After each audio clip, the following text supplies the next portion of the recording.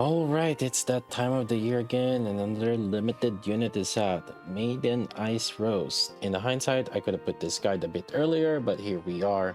I wanted to get this guide out at least before Solar Aid comes out so I can build her. And I'm pretty sure people are looking for the budget build, so which is partly the reason why it took longer for me to test this out, as I was trying different combinations out. On top of her varying gameplay, which didn't help adding more test cases. Testing this unit took me over a course of a week. Totally not because of other games, I was diligently testing Maiden this whole time, I swear.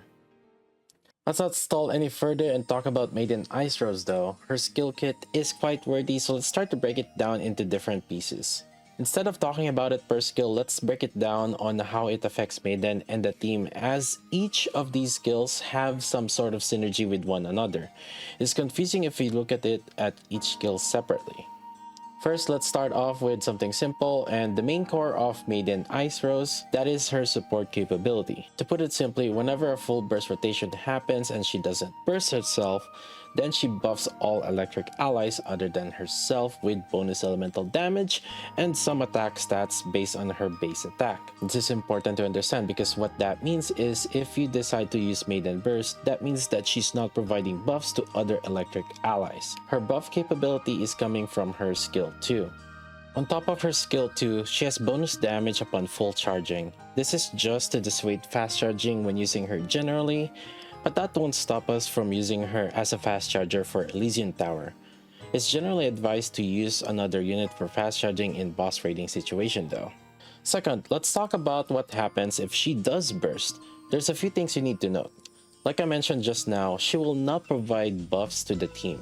Instead, she will buff herself with elemental damage and gain bonus attack to herself based on her max HP.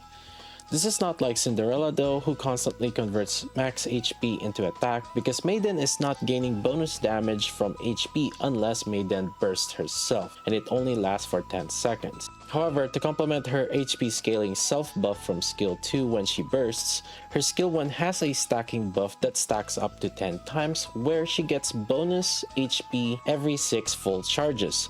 She would typically max this out around 1 minute 30 seconds into the fight. And then finally, when she bursts, she will consume all MP she has available, and it will multiply her burst based on how much MP was used. Maiden introduces a new unique stacking mechanic for herself called MP.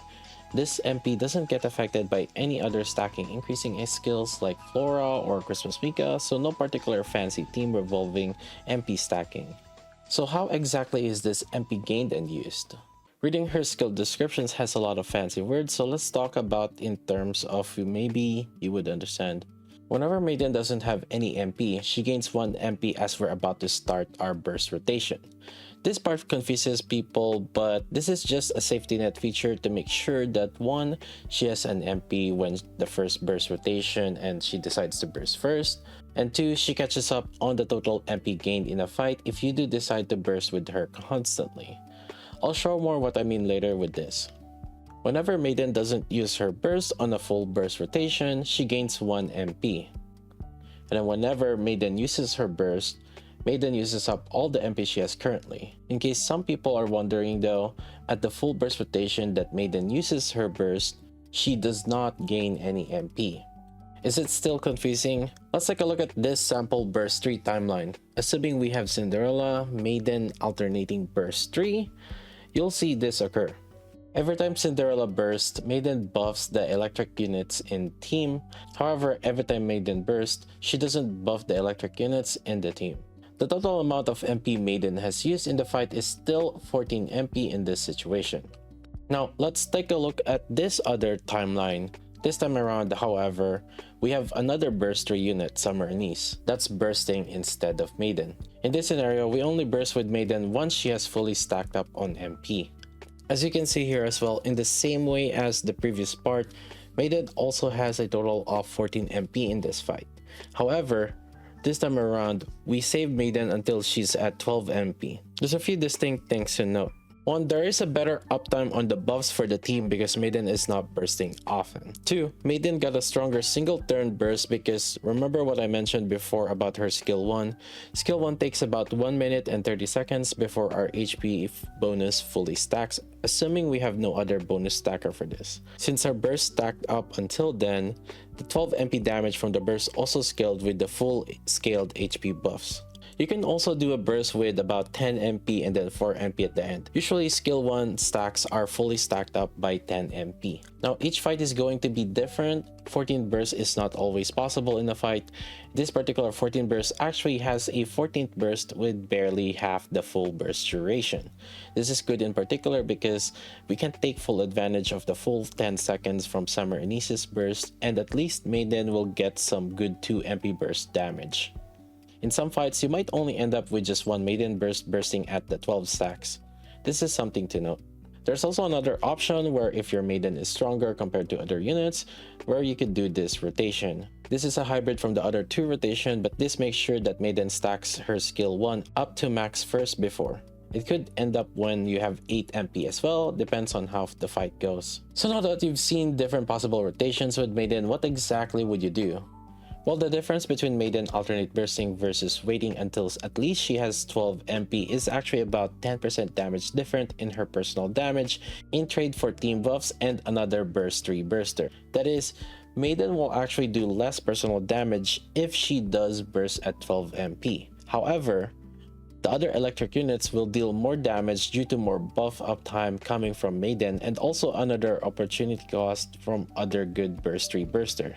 Different accounts may have different results due to varying investments. Generally speaking, if units are roughly evenly invested, then Maiden bursting only once or at most twice in a fight will have better results. But some people may have better Maiden than their other units, in which case bursting often with Maiden could end up being better.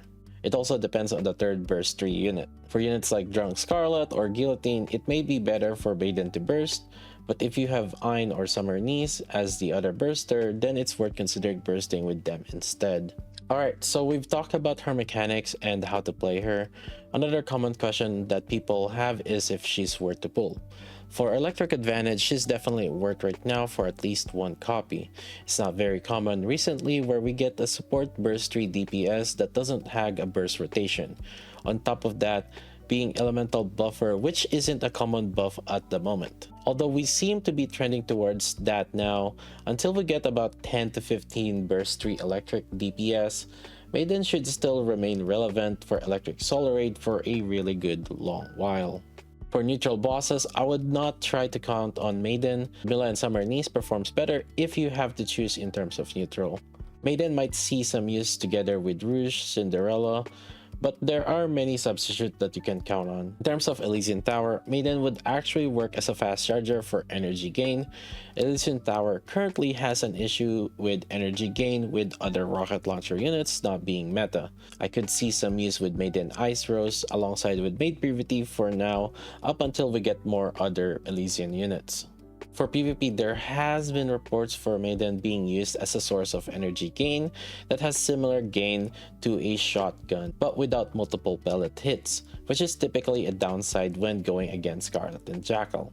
Maiden being rocket launcher and doing less hits per shot with the same energy gain is actually pretty good. In terms of duplicates, without having a lot of dupes necessary, she'll do her function well with being an elemental buffer. Her buff scaling suffers a lot due to her being defender and the attack buff scaling only on attack. When I upgraded my Maiden from max limit break to core 7, which is 7 dupes worth, the overall damage increase on the electric allies only increased between 1 to 3% more damage. This is the result of a very diluted attack buffs either from self or other units for the electric teams. So dupes are more oriented for her personal damage increase. If you want her to do more damage for solar raid min-maxing, then go ahead and pull more for her. However, in terms of buffing, you're not going to get a lot of mileage. Alright, now that all the other things are out of the way, let's now start building with her. First thing is the skills. To give an idea, leveling 1 to 7, the damage increase for each skills are about, for skill 1, about 2 to 9%, For skill 2, increased by 20 to 30% personal damage increase and electric allies of about 3 to 9%. For burst, it increased by about 10 to 20%. Note that the increase in values varies depending on the overload, skills, and team and other synergies and the stats of the units receiving the buffs. The values here might slightly be different from what you get. With that, I would go with the following skill build suggestion. Budget and recommended, I would go between 4 to 7 on skill 1, level 10 on skill 2, and level 7 on burst. For competitive, I would go with between 7 to 10 for skill 1, level 10 on skill 2, and between 7 to 10 on burst. In terms of overloads, I'm adjusting the way I recommend this time in particular. With budget OL where only one ideal line per piece, my first 4 priority lines are 3 times ele and 1 times ammo. The reason for 1 times ammo in particular is for Elysian Tower, as I find her pretty useful for energy gain in tower. 1 ammo also allows for more team flexibility in the case of we put her outside of summer anise or crown teams. If you did get 4 times ele though, I would at least try to get another 1 ammo alongside with it, hopefully locking second or third line position of the ele. Then if you're aiming for more lines, the ideal OLs are as usual 4 times ele, 4 times attack, and at least 1 times ammo with higher emphasis on elemental. Her main use is on element, so I would put high priority on that. Anything else on her is bonus, crit damage, crit rate, charge speed, or more ammo. In particular though, extreme solar raid min-maxers could go for more crit damage and fish for crits on that huge burst at the end. But otherwise, really any of those third line. Moving on to cube, either resilience or bastion can work, whichever one you have at higher level. Regarding dolls, I would put it in the luxury priority. Getting it to R15 is not a bad middle ground if you want to be competitive in Solar Raid without spending too much resources. Otherwise, I wouldn't invest too much. Regarding her themes, it's pretty straightforward as it is, and I'm not even sure if I should put this section in, but in general, what you're looking for are burst 3 units that have good burst damage on their own so that Maiden doesn't have to burst. Right now, mainly Cinderella, Ein, and Summer Anise are electric B3 units that have very valuable burst. For burst 1, you can use rouge or litter as your options primarily for now. And finally for burst 2, it's either crown or grave as the top 2.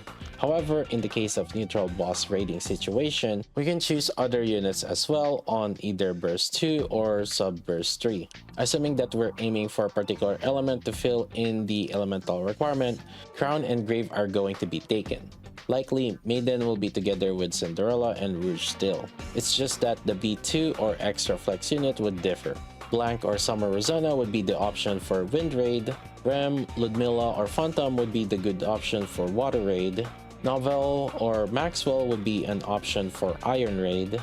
And 2B would be the option that synergizes well with HP Team for Fire Raid. For Elysian Tower, her best synergy right now is with Maid Privity. Burst 1 is the Killer Wife, and Burst 2 is whichever you have available really. Diesel, Marciana are great for survivability, Mass is good defensively, and Summer Helm is if you don't have any Killer Wife for cooldown reduction. Well, that's about it for Maiden Ice Rose. In the hindsight, I could have put this guide a bit earlier, but here we are. I wanted to get this guide out at least before Solar Raid comes out so I can build her. And I'm pretty sure people are looking for the budget build, so which is partly the reason why it took longer for me to test this out as I was trying different combinations out. Anyways, make sure you guys subscribe if you enjoyed the content, and go ahead and like the video, leave that comment down below. I do go live on Twitch often at twitch.tv/KaiJLV, and we're going on the next one with Guillotine and Solo Raid. By the way, did you know that 56% of you still hasn't subscribed yet? Make sure to click that subscribe button, click that bell notification, leave a comment, like, and subscribe.